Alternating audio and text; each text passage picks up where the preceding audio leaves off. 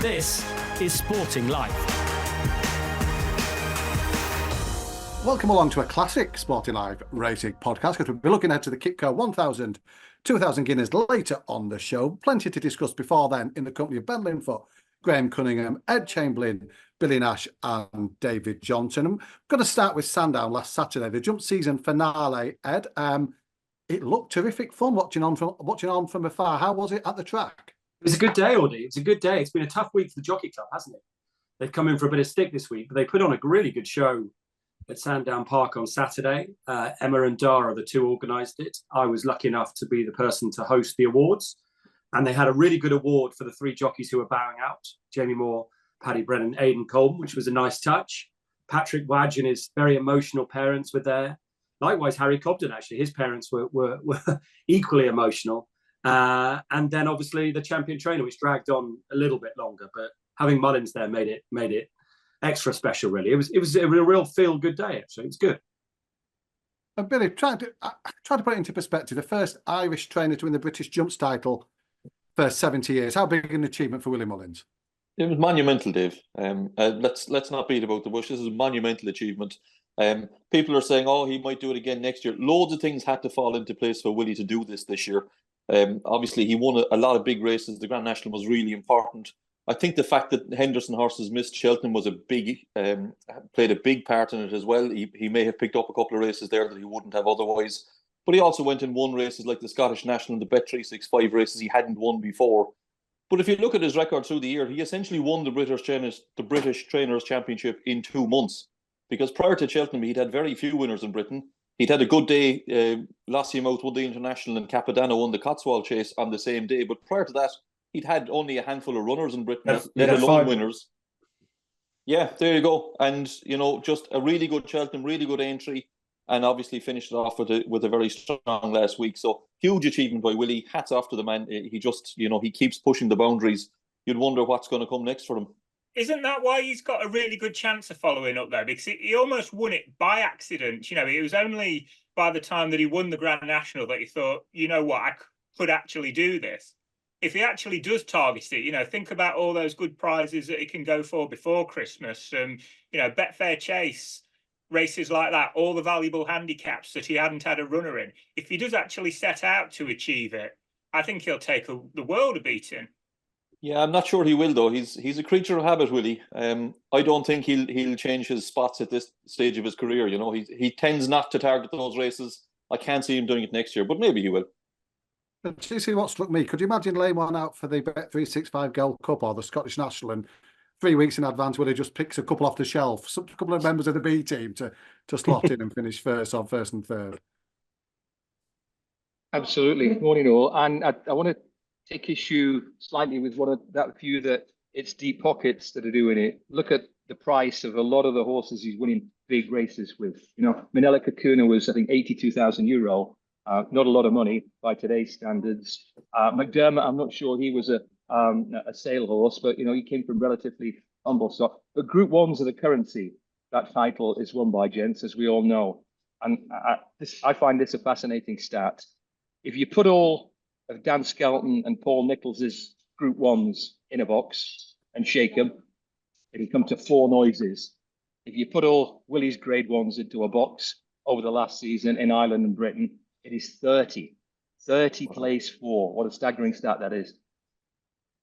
That's incredible, isn't it? And wonderful achievement for the whole team there. Scoop and champions elsewhere on site. Harry Cobden, champion jockey. In that midweek, started getting interesting again with Sean Bowen, didn't it? It was a good, well thought out tussle. It was. Sean Bowen did tremendous, really, didn't he? After his injury to make it so close again in the end, when it looked at one stage like Harry Cobden was going to absolutely run away with it. I don't know if Cobden will be one who wins multiple champion jockey titles. He seems to. One and done. He seems to. He said that, Ben. He said that, Ben. He said if he won it this year, he wouldn't make up, strenuous attempts to go for it again. Exactly. He's not that type of jockey, is he? He wants to ride the elite, and you can't see him, making those. Well, he's off to Ireland. No. Very good, very good.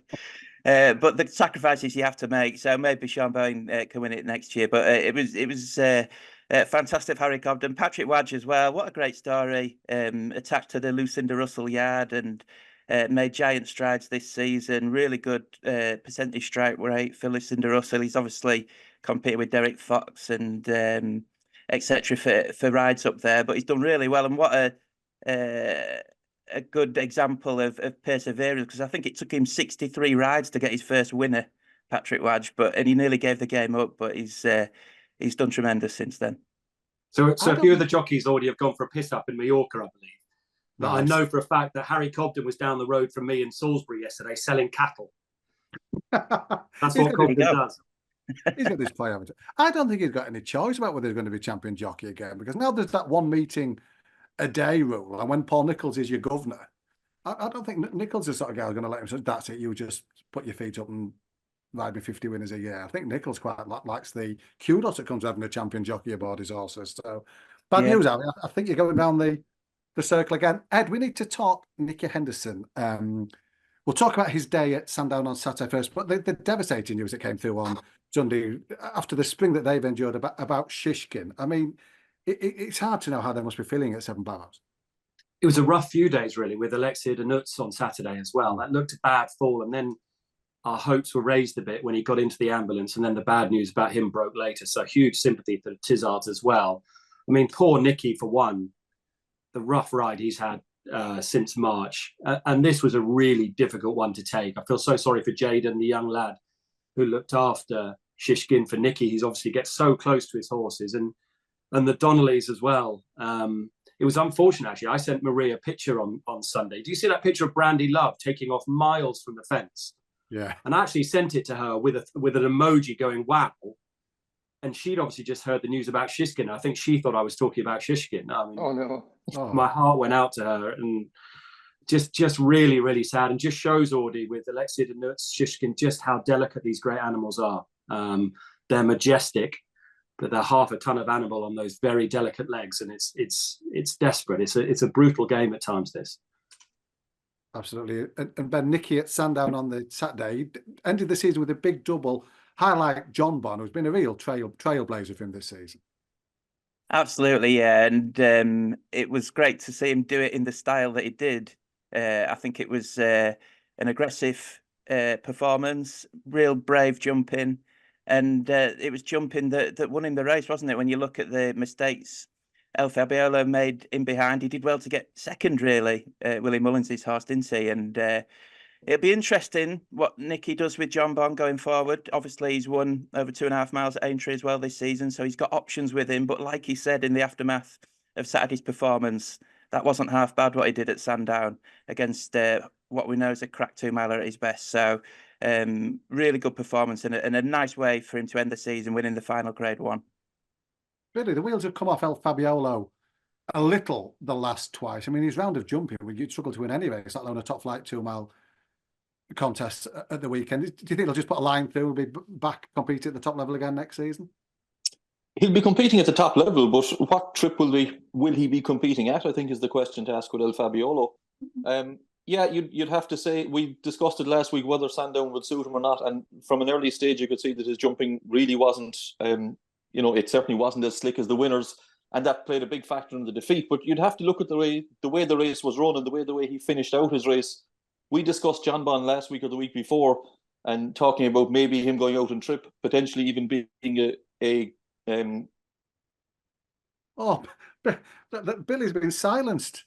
Full stride there, wasn't he? A rival podcast. I think I've got the answer to that, though. I think I've got the answer to what the question he was posing, Audie, because I enjoyed this because our friend Sir Anthony McCoy's taken a lot of stick recently, some of it deserved, some of it I think a little bit unfair, because on TV you don't want everyone to be like Ruby Walsh, you don't want everyone to be experts in the form book and what have you, and AP for me has a lot to offer, and I thought he was brilliant on John Bon because he thinks he's an out-and-out 2-miler when you gun him, if you like, and I thought he was brilliant the way describing you need to get hold of his neck and the way Nico de Boinville rides him in comparison to when it went wrong with poor old James Bowen. But I really enjoyed that, and I've never seen him or JP enjoy a race like it. Wasn't interesting when he said when he phones Nikki Henderson, the first question JP always asks is, how's John Bon? Anyway, back to you, Billy.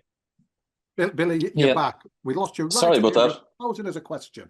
You were taken out by a rival podcast. It's Emmett Kennedy. I've just seen running behind you there. I know. But yeah, I think Ed has touched on it there. John Bond, we discussed him as potentially a King George horse for next year. I think looking at that, I think Nicky is going to do what Nicky does. He'll stick with the tried and trusted route. He'll go back down the 2 mile chase route with him. Let's face it, what's going to beat him in Britain? I mean, he's going to hoover up those top 2 mile races in Britain next season. And I think I wouldn't be at all surprised if Willie decides to go the other way with El Fabiolo and try and stretch him out to 2.5 miles. Obviously, he has Gaelic Warrior waiting in the wings. You could have an Ergamine back next year as well. So I think there's an opportunity for him. We don't know what's going to happen with Allaho. I think they might try and stretch El Fabiolo out, and maybe that will help his jumping going a stride slower over 2.5. They may as well just run the that 2.5 mile at Punchestown early in the season. Just have that at Close Sutton this year. There's going to be about 12 of the runners in there, won't they? The Galloping will be among them all as well, won't it? Can I just try and draw a few strands together from what we've just talked about the last minute or two? That is JP McManus, Nikki Henderson, and that's awful news about Shishkin. And when you hear that sort of news, and then did you see the interview with the Mangan family after Spillane Tower when they won at Punchestown yesterday? And you contrast the sadness and the real deep sadness that brings to a yard and a sport. And then you see the joy, absolute family pride and joy of a firm it's their life's work to find a horse like that. And you all of a sudden, inside you, if you understand the sport, the opposite ends of the spectrum. And in order to have one, it's tragic to say, but the other comes as part of the parcel, doesn't it? It does. I think that really good point. I mean, the Spillane Tower story is just wonderful. I thought the quote he came out with when he couldn't see, he thought he got at the end of the road. He was at the end of his training career, and now he's back on the motorway. That was just a brilliant way of putting it. The difference one good horse can make to a trainer. David, a horse whose season has, I don't know, I think it's what might have been season in Pair A pass, but he signed off again with another good win at Sandown on Saturday. He was more authoritative over Langadam than he was at Aintree. It was, yeah. I mean, the interesting thing is, in terms of ratings, it's probably no step up on his defeats behind Tiapu in the Hatton's Grace earlier in the season, and when he was being beaten by Stateman over Christmas. So I think it's a real question mark for what they decide to do with him next year. Obviously, they had the option this year of going chasing. They decided to stay over hurdles. Maybe they'll decide to send him over fences now, or do they? If they are going to try and win the British trainers title again, do they keep him over hurdles and try and mop up, the lesser graded races and fall in where Constitution Hill doesn't go, perhaps? So, yeah, it was good to see him back on track. But certainly in terms of his end of season rating, he probably hasn't gone on to the extent that sitting here 12 months ago, we would have all expected him to. Let's talk about Dan Skelton, second in the trainers title, beat Paul Nicholls and got done by Willie Mullins quite comfortably in the end, but still a fantastic season for him. How do you think he'll reflect on the campaign? I think he'll reflect on a really good campaign. Frustrating in the end and ominous, because I think Willie will get a taste for it. I think Willie will look at those races where he had 2 or 3 of his stable running in them and think, I can go to England and mop a big prize with one of them instead. So I think Willie will fancy it next year, actually, which is ominous for Skelton and for Nicholls. But I think they'll look back at this season with huge pride. I think they've done extremely well. Where I feel sorry for them is what you've just said there, Audie. Finally, apprentice beats the master, and yet Willie Mullins comes and blows them both out the water. So a bit of sympathy with that, but still a really, really good campaign for Team Skelton, and capped off by Harry becoming a dad on Friday night into Saturday morning. So congratulations to him and Bridget. That was a lovely thing to break on Saturday morning as well. And Scoot, what about Paul Nicholls? He's itching to get that title. He's not bothered about it. He made the point, even though he draw 11 with Martin Pound. I think he might be bothered next year. But this next generation of stars, it's not obvious at the minute, is it, that there's that many horses heading towards a big table from the covered crop? No, I mean, we know Paul Nicholls. He's always refreshing his squad and rebuilding, isn't he? And I'm sure he has got some good young horses coming through. He's got Johnny Dillahay's cash, hasn't he? He's a big supporter of the ad, and we know that we'll be seeing plenty in those colours, etc., in the coming season. But I just wonder if we know that he's going to train loads of winners every week in the UK, and he'll go for the Trainers' Championship, obviously. But what he really wants is those A-listers, isn't he? Those Cheltenham horses that he just hasn't had for a couple of years now. It was a massive season for Dan Skelton. He had his best ever Cheltenham Festival by an absolute mile in March, and I think that's what Nichols will be after now. 2 or 3 high-quality Cheltenham winners, and they're just so hard to find. But I think that might even become priority for him over becoming champion again. That's Caldwell Potter. Well, where does he fit in, Billy? I mean, how's his form stacking up? It's a climate. He is acclimatizing. Yeah. I don't know, Dave. His form looks pretty good, but it's a long time since we've seen him, so we just have to take it on trust that he's going to be as good as they reckon he was. He should make a very good chaser, but we'll see. The jury's out on him a small bit, I suppose. Whatever he does next season, he's not looking as expensive as what Field Door is at the minute, is he? Well, that's true too, yeah. A few from that sale that you'd be looking for read. But David, let's talk about a Derby horse, because we saw one at Sandown on Friday. Bookmakers put Arabian Crown in as 6-1 second favourite for the Betfred-sponsored Epsom Classic. Are you a fan? Yeah, I'm a fan of the horse. You can't really knock him. His record is pretty good, isn't it? And he is firmly on the Derby trail. And I think that's sort of part of the reason why his price is so short, because at the moment there's so few others that you could say definitely, have their hat in the ring. I mean, he's got a stablemate, hasn't he? Ancient Wisdom, who looked at least as good a prospect at the end of their 2-year-old seasons, but I think he was supposed to be going for the Guineas. He hasn't obviously gone down that route. Haven't seen anything about him.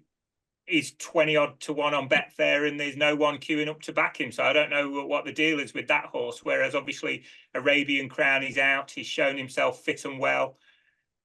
1.25 miles, we always knew that was going to be no problem for him. He won the Zetland last year. He's going to be fully effective at 1.5 miles. And, that's the one question mark that we've got over City of Troy at the minute, obviously, is whether he's going to be fully effective over that far. But, you just can't have a bet in a race like the Derby until we've seen what happens on Saturday, can you? Can I chip in on this, Dave? Of course you can. Good offer. Arabian Crown, Ancient Wisdom, both Debawis, quickly bedling foot, dig out those Debawi Epsom Derby. Here we go again. Stats. Yeah, I've got a view on these two. The one's 114, Arabian Crown after Sandown, time form, pretty good rating. Ancient Wisdom 118, already achieved as a juvenile on testing ground. One, Arabian Crown, looks like he might handle Epsom pretty well.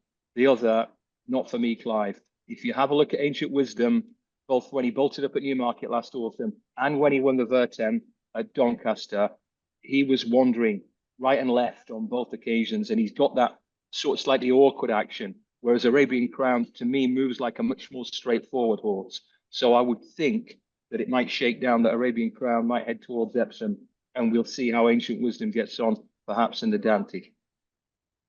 Yeah, really, it's a great time of year, this, isn't it? We're going Newmarket, Chester, York. Ed, I can't leave Sandown. Everything's been positive about Sandown. We need to mention the disgrace job, and it's not the fried food, even though Lydia got a lot of traction with her tweet about the food offering at Sandown. It was the start where we had a horse facing the wrong way, deemed to be a runner. Ollie Bell channeled his inner Jeremy Paxman in front of... He did well, didn't he? He did well. He did very well. I mean, he did absolutely nothing in our 5 to follow, did he, Skip? We got 3 musicians. He got a tune out of him for that one. I mean, genuinely, how can that horse be deemed to be a runner, Ed?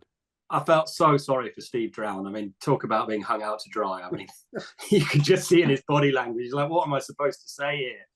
Listen, the starter, he made an error. We all make errors. The starter made an error. Didn't see Masai Mara turn the wrong way, let them go, and shouldn't have. I mean, it happens. It happens. I feel sorry for everyone involved, really, particularly the owners of the horses and those who backed him. I mean, just for an ITV audience, it's very hard to explain. It makes no sense at all, does it? How a horse in that situation could be declared a runner.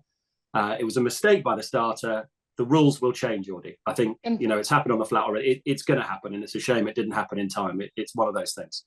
Can someone fill me in on the timeline of this? Because I was out of the country last week. I know they're either bringing in or have brought in a rule whereby the starter can declare any horse a non-runner if he considers that that horse did not get a fair start. Now, I know that's either coming or is coming in on the flat.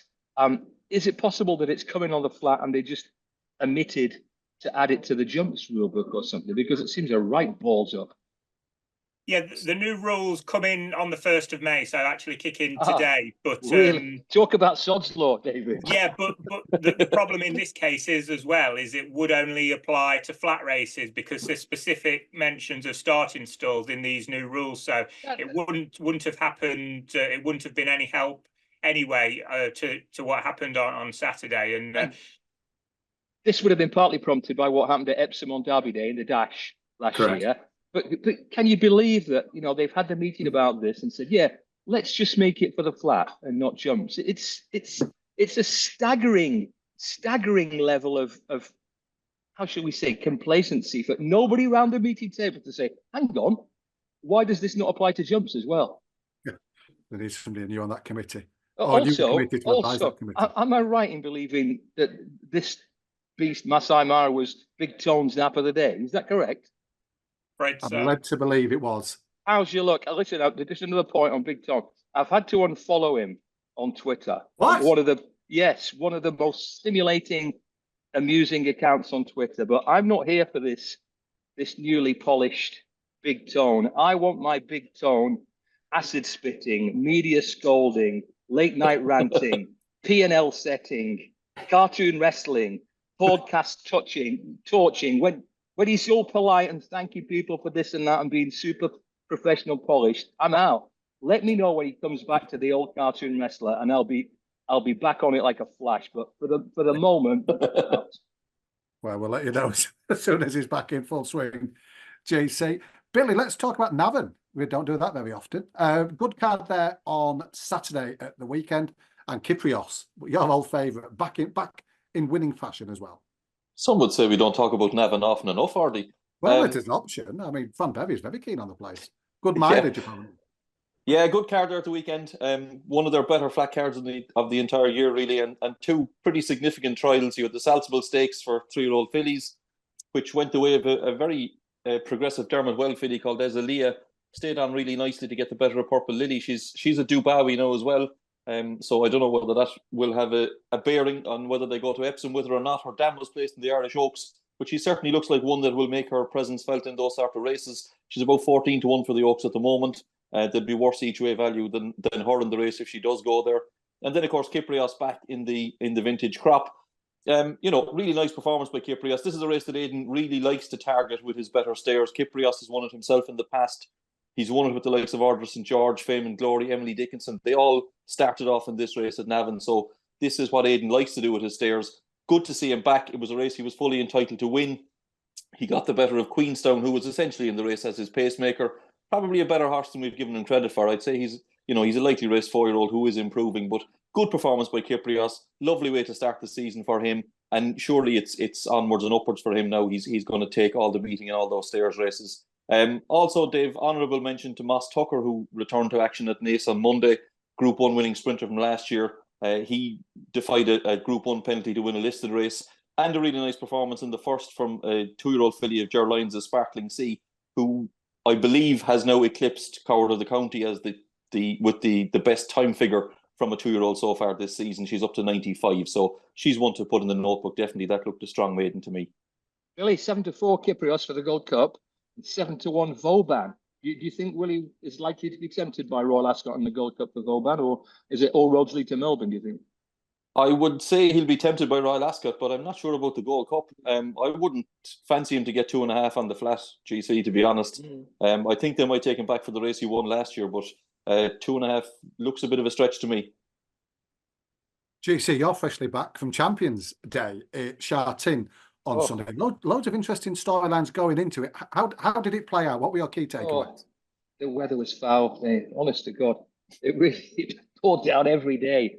That track has sensational drainage, but you can't have that much rain without affecting the track. Golden 60, if ever there's a horse least likely to relish conditions like that, it was him. He ran a valiant race. they haven't decided whether to retire him yet. I sort of hope they do. With quite a long list of Hong Kong greats who've had a regressive final season. I wouldn't like to see that. But all sorts of other talking points. That romantic warrior. Talk about one that slipped the net. Mick Kennett bought him for the Hong Kong Jockey Club. I think Shadwell were after him, but Mick sent his daughter in a brilliant guise with a big woolly hat on and a scarf around the neck, and she snagged him. He's won fortunes now, and he's absolute nails, that horse. He's won 4 Group 1s this season, starting with the Cox Plate, and the winning distances added together, I think, just under a length. So he's absolutely rugged in a finish. And prognosis, I've always had a bit of a thing about this Yuga Kawada. I've got some previous with him, and I thought he gave that horse prognosis a really inefficient ride. That's self-interest speaking to a certain extent. But the Brits, believing, I've never seen a foreign race get so much free race publicity.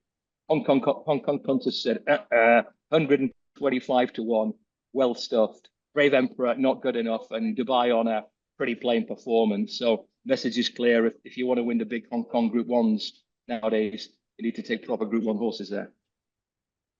We're going to talk about Punchestown briefly now, and I'm afraid it's the same old narrative as we've seen all season over at Punchestown. That's the hand-picked, brave few Brits coming over, snaring the Euro in the big handicaps.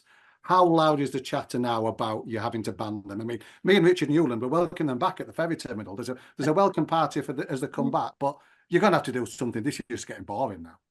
Yeah, I'd agree wholeheartedly, Dave. Yeah, ban them all, I say. But yeah, good performance yesterday by Tom Lacey's horse. Won really nicely. Looks like a horse that's certainly is ahead of the handicapper on yesterday's performance anyway. Again, there's a handful of other British horses doing through the week, but it looks like the handicaps is the races they're going to be most competitive in.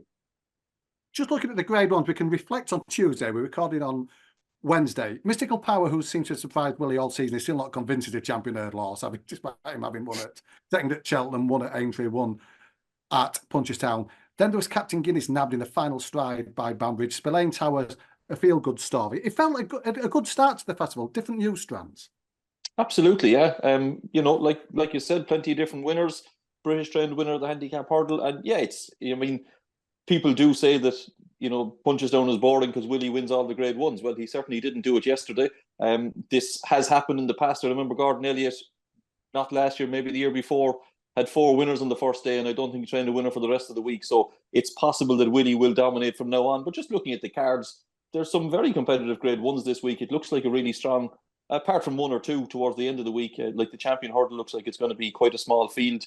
The Mayor's champion hurdle on the Saturday as well is going to be a small enough field, I'd imagine. But yeah, there's some really competitive racing, starting off with the Gold Cup today, which looks a cracker.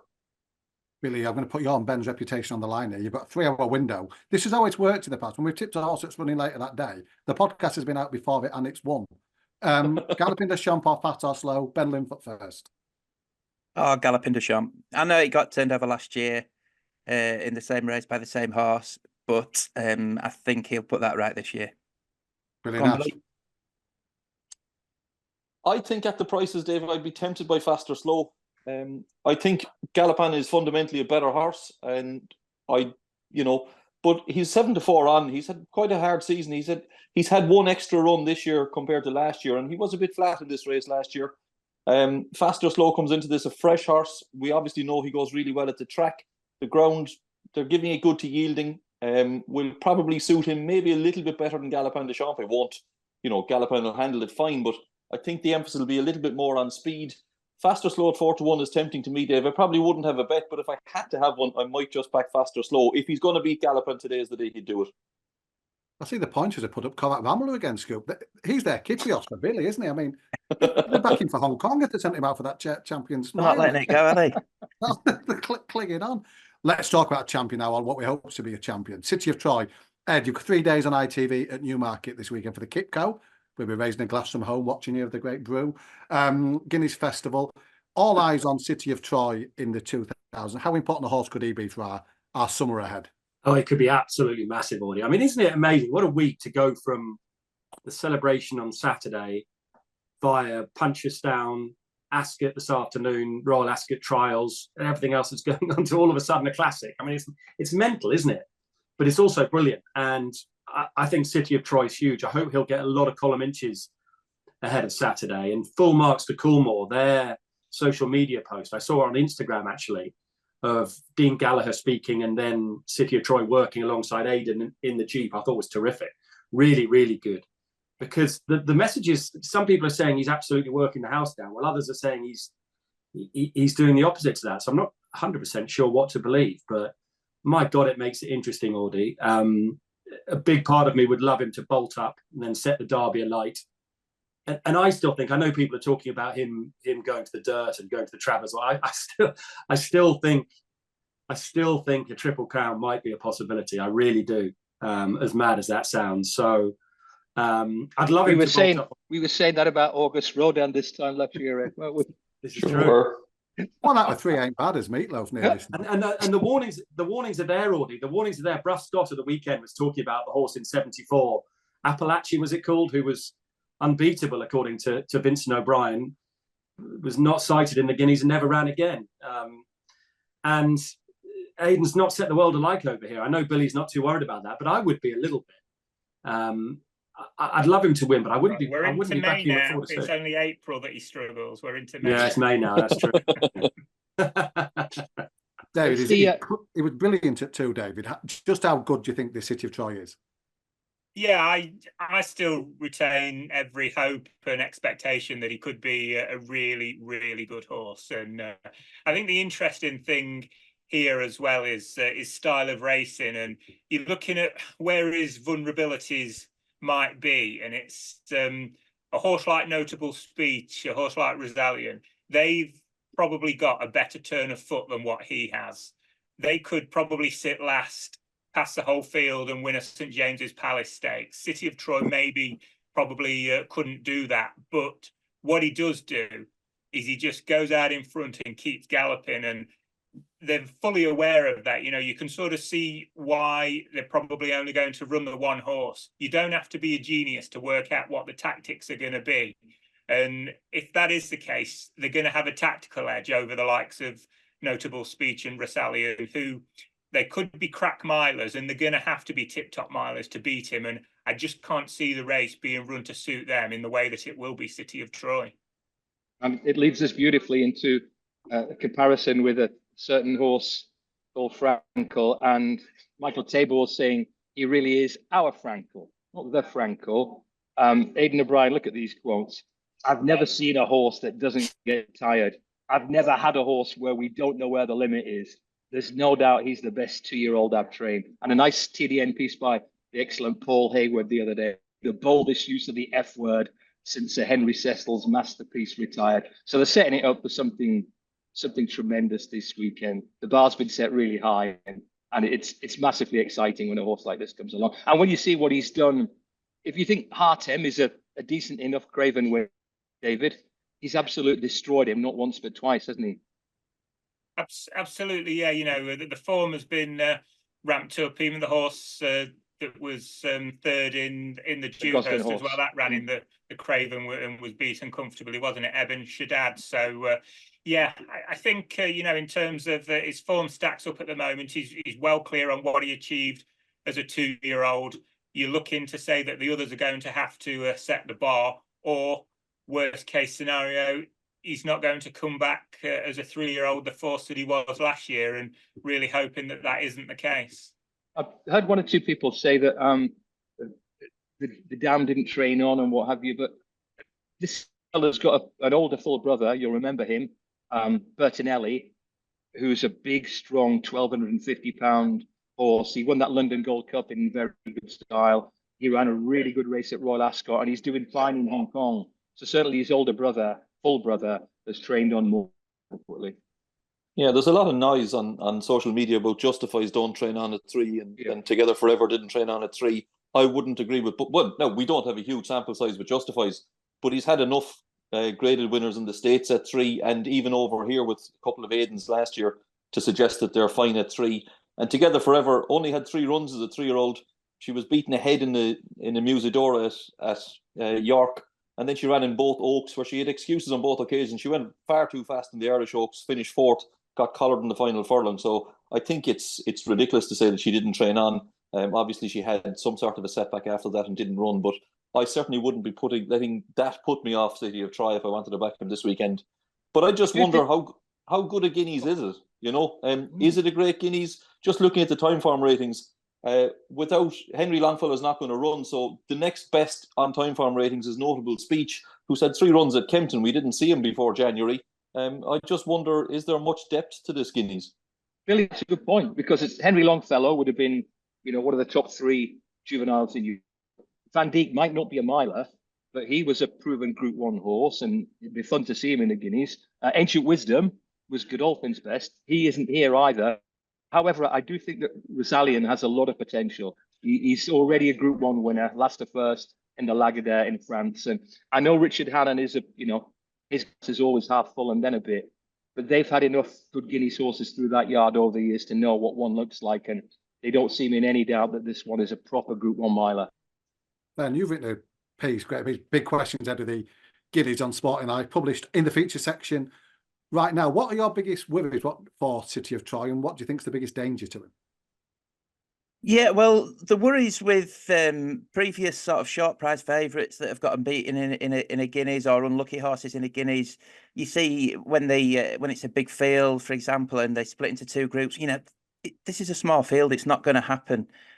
The weather, when we've had really soft ground Guineas like last year, again, it's going to be good to soft ground. It's not going to happen. So I don't think the lads have just gone through the opposition. Rosalian by far the biggest danger in what could be, like Billy says, not a great 2,000 Guineas. So, like Ed said and like GC said, the biggest question mark, the biggest worry for City of Troy is, has he trained on? And Billy's just gone through the pedigree nicely. I mean, by a Triple Crown winner out of a mare who's by a tremendous 3-year-old who's renowned throughout the world for producing tremendous 3-year-olds, you would think, on balance, he's a horse who's going to train on. And also, Ben, the fact that they're only running one is a point of debate. But if you're running only City of Troy when you have River Tiber, Unquestionable, etc., there is a message in there, don't you think? Absolutely. And look at the way this horse was campaigned as well. He didn't run until July the 1st as a 2-year-old. He only had the 3 runs as a 2-year-old. Everything points towards this horse improving again at 3 years old.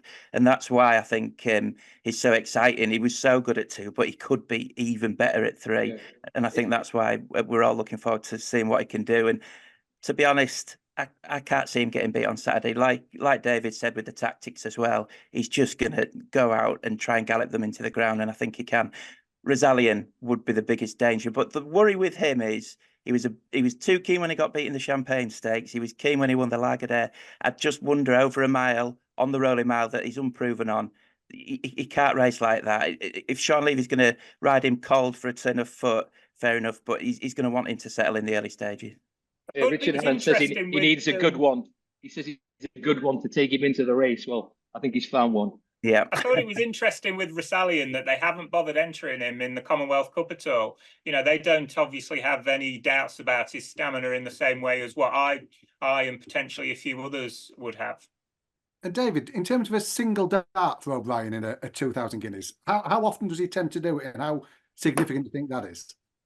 It's not very often, definitely. I was going through the stats, and he's only had 1 runner in the 2,000 Guineas on 3 occasions. The first time was in 1998, which he won it with King of Kings. Orpen in 1999 went off favourite, but completely bombed out. And the only other occasion was Roderick O'Connor, who started 8-1 behind Frankel. Bit different in the 1,000 Guineas. He's had 12 occasions where he's had just the 1 runner, and 2 winners from that with Virginia Waters and Love. And on the point more widely, I got somebody to run off the data, Michael Williamson, for me. And last year there was 50 different Group 1s worldwide where he only had the 1 runner. So I think maybe we're looking for things that probably aren't there in this case. And also, back in the King of Kings and Open days, Aiden wouldn't have had a raft of Group 1 3-year-olds. The depth was fine, but it wasn't what it is anything like now. Ben, how strange is it? It's been touched upon there. We've got notable speech, 3 wins at Kempton since January. Night Raider for Carl Burke, 2 wins at Suddle. Are we seeing that? Is it going to become the new norm, do you think? Later developing horses coming straight to a classic off the back of winning on the all-weather, gaining momentum? Well, I think it could be becoming the norm that these horses haven't had a run on turf going into a race like this because of the wet springs, perhaps. I think Charlie Appleby might have run notable speech in a trial on the turf had it not been such a wet spring, but it opted to stay at Kempton because he's clearly a horse that wants top of the ground. I think when you look at the way he moves and his action, you wouldn't want to see this horse on soft ground, even though he's a de Bowie. So I think that's probably a factor in seeing these horses not run on the grass before the Guineas.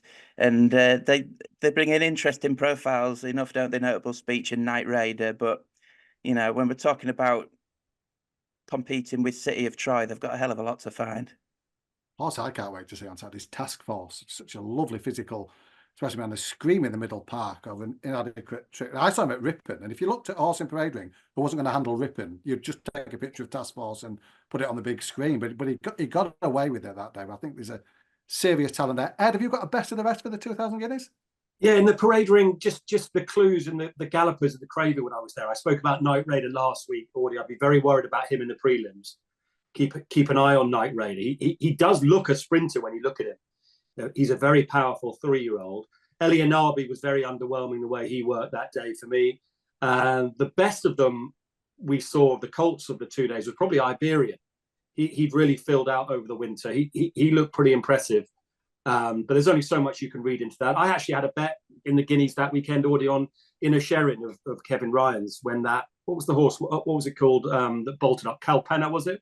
Mm-hmm. Who he beat at Newcastle, absolutely bolted up in one of the handicaps of the day. And I just think 50-1 about a Kevin Ryan horse in the Classic's a big price. We know what he did with Triple Time at Royal Ascot. We know he was second in the Guineas last year. High Royal. Sorry? High Royal, was it High Royal last year? High Royal was second in the Guineas. Triple Time won at Ascot. And Inner Sherin will be a huge price like those horses were. And he's had horses run well in the Guineas before. Did he have Gloria Waits at a massive price quite a long time ago? 150-1, I think, wasn't it? Yeah. So I'd rather back Inner Sherin at 40-1, having seen him, than I would be speculative about one of the others. That's my thinking. I think that's a real interesting strand to this Guineas as well, is that the best miler crown is up for grabs, I think, because even if City of Troy goes and wins, you get the impression that his stay at a mile is going to be a very brief one. He's going to go up to 1.5 miles next time and probably stay at 1.25 miles, 1.5 miles perhaps. Whereas obviously there's so many good races at 1 mile for the 3-year-olds afterwards, and it potentially could be the likes of Task Force who might not necessarily get the job done on this day, but could still be interested a 1 mile later in the season. Fascinating race. Can't wait to be discussing it next week as we look back on what happened at Newmarket. Billy, let's talk the QIPCO 1000 Guineas. I think I read somewhere Aidan's going single dart at this as well, isn't he? Is he just going to have the one number from his team? I think so, yeah. Elang is going to be the chosen one in the 1,000 Guineas. She'll go there with a very strong chance, but as has been the case in a couple of recent years, the 1,000 looks a more competitive race than the 2,000. Looks a wide open contest. You've got some really good fillies in there. The likes of Fallen Angel, Carl Burke is making all the right noises about her. And you've got the French filly Ramatuelle. Hopefully she'll come. She's another Justify. Got beaten on her reappearance in Deauville, but that was on heavy ground. I wouldn't read too much into it. And she was beaten by a good filly, Charlie Appleby. So she goes there race fit. Elang was very good in the fillies mile. You'd have to think, looking at her and looking at her pedigree, she's going to be better going further than the mile. She might get away with it this weekend, but it does look a really good race, and it's one to savour, I think. A potential storyline, Carl Burke, obviously, recovering from serious illness and with a big filly in Fallen Angel. That'd be a great story to see him win a first classic. And for the owners as well, because Fallen Angel is very dear to their heart after, her mum was their favourite by all accounts, and hence the name Fallen Angel. So it would mean an awful lot to Fabian Parkin as well as her dad, Steve, and all the reports are really good. Again, she worked at the Craven meeting. She hadn't grown in terms of height already. She'd filled out and she looked great, but she needed another piece of work after that, Carl was saying. But it sounds like he's really happy with the way that's gone, and she'd be fantastic. But the price is long gone, isn't it? She's pretty short, and Ylang, you just sense the way they're talking. She might be more of an Oaks filly. Ramatuel's an interesting one, but I'm going to go with that Newbury form that you talked about last week, DJ, with the James Doyle ridden filly. But I like the Gosden filly, Regal Jubilee, in the race, who was second on the day, Audie, just because the Gosden horses, as we've seen this week, and they're really starting to fizz now, they take a giant step forward from their reappearance, don't they?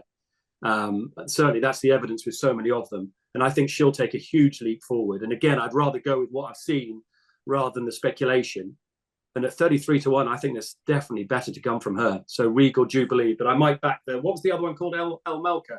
El Malka, yeah, she's not jumped up at the minute. And I saw a quote from Roger Varian afterwards saying that they were keeping their options open, and she wasn't definitely going to go for the Guineas. So you wouldn't want to be unloading on her until you do see her definitely declared.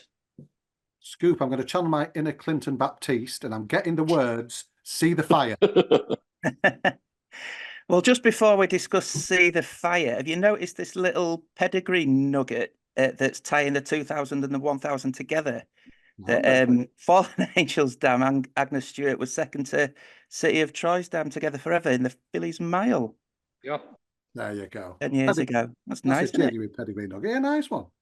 Was that correct with my channeling of your selection for the 1000? I'm not sure yet, Dave. I'm not sure. I'm See the Fire. Obviously, you've come to me because she's trained by Andrew Balding, haven't you?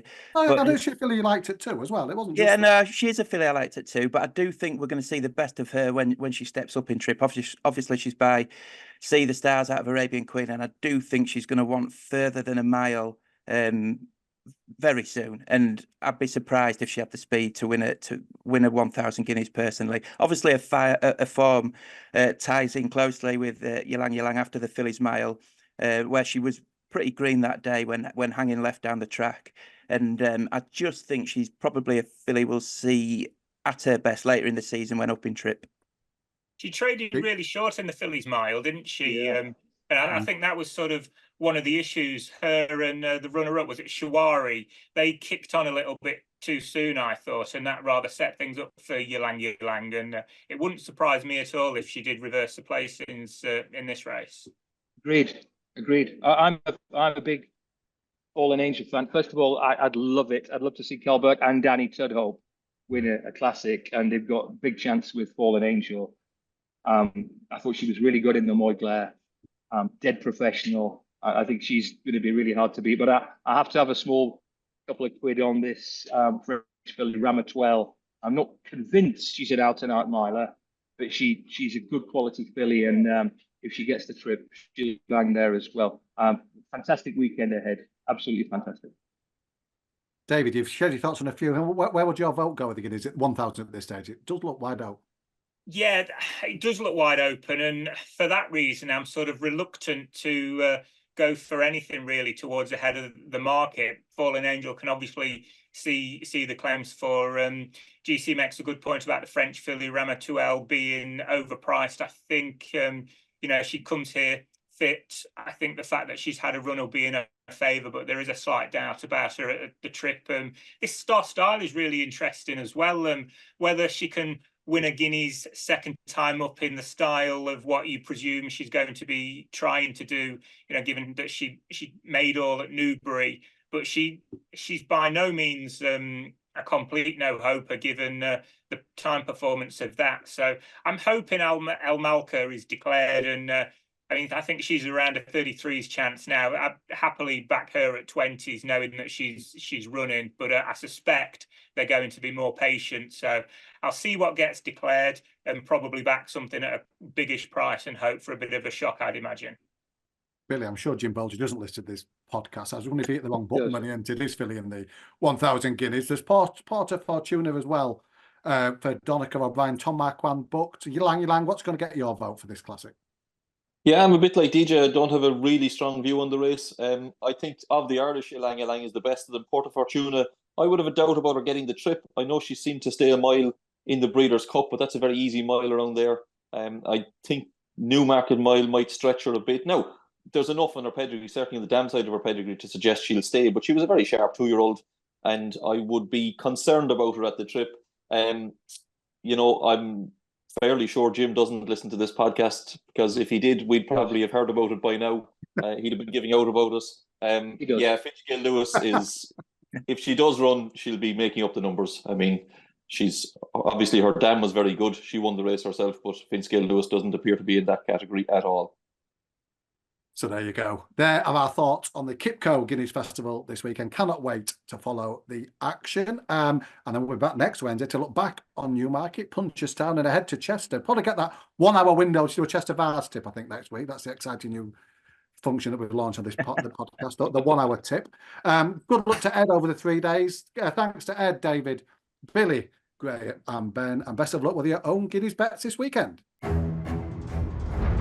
Download the Sporting Life app for the best racing coverage, including live racing blogs, fast results, stable tours, trainer and jockey interviews, expert opinion, and tips.